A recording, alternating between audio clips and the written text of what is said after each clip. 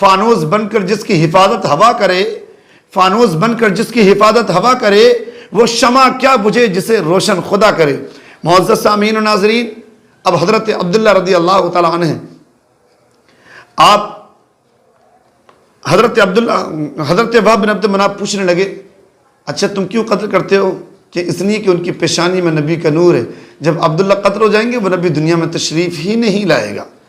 حضرت وہب بن عبد مناف کہتے ہیں میں نے کیا دیکھا کہ وہ 70 کے 70 جوان فوراً حضرت عبداللہ کی طرف بڑھے، تلواریں ہاتھ میں ہیں، حضرت عبداللہ کے قریب پہنچ گئے۔ حضرت عبداللہ رضی اللہ تعالیٰ عنہ سے پوچھا کیا نام ہے آپ کا؟ حضرت عبداللہ سے حضرت وہب بن عبد مناف کہتے وہ تلواریں لہراتے ہوئے جاتے تھے اور وہی کہتے جاتے تھے نحن نقتل عبداللہ، لا ہم عبداللہ کو قتل کریں گے اس لیے تاکہ وہ نبی دنیا میں ظاہر نہ ہو۔ حضرت وہب بن عبد مناف کہتے ہیں تلواروں سے حضرت عبداللہ کو گھیر لیا۔ میں سوچنے لگا اب اس جوان کو، اس حسن و جمال کے پیکر جوان کو آج قتل کر دیا جائے گا، آج اس کا بچنا ناممکن ہے۔ لیکن وہب بن عبد مناف کو معلوم نہیں تھا کہ وہب بن عبد مناف نے صرف قتل کرنے والوں کی طاقت کو تو دیکھ لیا لیکن بچانے والے کی طاقت کو نہیں دیکھا تھا۔ اگر قتل کرنے والے 70 جوان ہیں، ہاتھوں میں تلوار ہیں، تو بچانے والی ذات بھی اس رب کی ہے جو کن کہہ دے تو ساری کائنات کا وجود ہو جائے، جو حی و قیوم ہے، وہ رب ان کی حفاظت کر رہا ہے۔ اب 70 جوان قریب آئے۔ حضرت وہب بن مناف کہتے ہیں میں نے دیکھا 70 جوانوں نے تلوار اٹھانا چاہتے تھے، قتل کرنا چاہتے تھے۔ میں نے سوچا عبداللہ کی مدد کر دوں، ہیلپ کر دوں، کچھ ان کی مدد کر دوں تاکہ اتنا نورانی چہرے والا شخص بچ جائے۔ حضرت وہب بن عبد مناف کہتے ہیں میں دوڑ کر مدد کرنا چاہتا تھا، میں نے کیا دیکھا زمین نے میرے پیروں کو پکڑ لیا۔ میں آواز دینا چاہتا تھا، میری آواز بھی بند ہو گئی۔ میں پتھر اٹھا کر مارنا چاہتا تھا، وہ پتھر بھی زمین میں دھس گیا۔ علماء فرماتے ہیں، عشاق فرماتے ہیں کہ اس میں کیا مصلحت تھی؟ اس لیے کہ اللہ تبارک و تعالیٰ نہیں چاہتا تھا میرے محبوب پر کسی کا احسان ہو۔ اگر وہب بن عبد مناف آواز دے کر ان کو روک دیتے، پتھر مار کر ان کو روک دیتے، چل کر ان کو روک دیتے، تو وہب بن عبد مناف کہہ سکتے تھے کہ اگر میں عبداللہ کو نہ بچاتا تو محبوب خدا دنیا میں نہ آتا۔ اللہ نہیں چاہتا میرے محبوب پر کسی کا احسان ہو۔ مختصر یہ کہ حضرت عبداللہ رضی اللہ تعالیٰ عنہ کے قریب آنے کے بعد انہوں نے پوچھا کیا نام ہے آپ کا؟ کہ عبداللہ کس کے بیٹے ہو؟ کہ عبد المطلب کے۔ کہ اچھا، تو کہا پھر قتل ہونے کے لیے تیار ہو جاؤ۔ آپ نے کہا کیوں قتل کرتے ہو مجھ کو، کیا گناہ کیا میں نے؟ کہ تم نے تو کوئی گناہ نہیں کیا، لیکن تمہاری پیشانی میں نبی آخر الزماں کا نور ہے، تمہاری پشت سے نبی آخر الزماں آئیں گے، جب وہ نبی آئیں گے تو نبوت بنی اسرائیل سے ختم ہو جائے گی، ہماری شان و شوکت ختم ہو جائے گی، ہماری عزت و شوکت چلی جائے گی، اس لیے ہم آپ کو مٹانا چاہتے۔ حضرت عبداللہ مسکرانے لگے۔ کہا تلواریں گردن پر مسکراتے ہو؟ یہ بہادر کے بیٹے بہادر تھے۔ کہا میں عبداللہ سخی کا بیٹا سخی ہوں، شجاع کا بیٹا شجاع ہوں۔ کہا کیوں قتل کرنا چاہتے ہو؟ آپ مسکرانے لگے۔ کہا کیوں مسکراتے ہو؟ کہا نادانو، ایک بندہ بندے سے لڑتا ہے، بادشاہ بادشاہ سے لڑتا ہے، مخلوق مخلوق سے لڑتی ہے، پہلوان پہلوان سے لڑتا ہے، تم مخلوق ہو کر خالق سے لڑتے ہو، تم عاجز ہو کر رب سے لڑتے ہو، تم محتاج ہو کر خالق سے لڑتے ہو۔ تو کہا کیا مطلب؟ کہا اس لیے کہ جسے اللہ بھیج رہا ہو، اللہ چاہتا ہے محبوب دنیا میں آئے، تم چاہتے ہو محبوب دنیا میں نہ آئے۔ اللہ چاہتا ہے میرا محبوب دنیا میں میرا پیغام پہنچائے، تم چاہتے ہو اللہ کا پیغام نہ پہنچائے، تو گویا کہ تم اپنے رب سے لڑ رہے ہو۔ کون مٹا سکتا ہے؟ جس کو اللہ بھیجے اسے کون رکھ سکتا ہے؟ اس لیے امام عشق و محبت نے کہا مٹ گئے مٹتے ہیں مٹ جائیں گے آدھا تیرے، نہ مٹا ہے نہ مٹے گا کبھی چرچا تیرا، ورفعنا لک ذکر کا ہے سایہ تیرا، ورفعنا لک ذکر کا ہے سایہ تیرا، اونچی ہے تیری شان اور اعلیٰ ہے مرتبہ تیرا۔ معزز سامعین و ناظرین، حضرت عبداللہ کی گردن پر تلوار رکھی، حضرت عبداللہ رضی اللہ تعالیٰ عنہ۔ وہب بن عبد مناف کہتے ہیں میں دیکھ رہا تھا عبداللہ قتل ہو جائیں گے، لیکن میں نے کیا دیکھا؟ وَإِذَا بِعَسْكَرٍ مِّنَ السَّمَاءِ، کہ میں نے اچانک دیکھا کہ آسمان سے ایک جماعت نازل ہو گئی، اس لیے کہ اللہ کی رحمت اس منظر کو دیکھ رہی تھی۔ اللہ نے جبریل کو حکم دیا، اے جبریل کہاں کا جبریل کا عرض کرتے مولا میں سدرۃ المنتہا پر بیٹھ کر تیرے نام کی ضربیں لگاتا ہوں کہ جبریل جاؤ روئے زمین پر جاؤ، جس محبوب کے صدقے میں نے ساری کائنات کو وجود بخشا ہے، جس محبوب کے نور کے صدقے میں نے ساری کائنات کو وجود بخشا، آج اس نور کو کچھ ظالم مٹانا چاہتے ہیں، جبریل جاؤ ایک ہی لمحے میں 70 کے 70 جوانوں کو قتل کر دو۔ حضرت وہب بن عبد مناف کہتے ہیں یہ کون ہے وہب بن عبد مناف؟ یہ ہمارے نبی کے بننے والے نانا ہیں۔ آپ کہتے ہیں میں نے کیا دیکھا، اچانک آسمان سے ایک جماعت نازل ہوئی، جس جماعت نے ایک ہی لمحے میں 70 کے 70 جوانوں کو قتل کر دیا، عبداللہ بچ گئے۔ عبداللہ کیوں بچے؟ یہ میرے آقا کریم صلی اللہ علیہ وسلم کے نور کا صدقہ ہے، کملی والے کے نور کے صدقے میں اللہ تبارک و تعالی حضرت عبداللہ کی حفاظت کر رہا ہے۔ اللہ تبارک و تعالی ہم سب کو صحیح پر عمل کرنے کی توفیق عطا فرمائے، آمین۔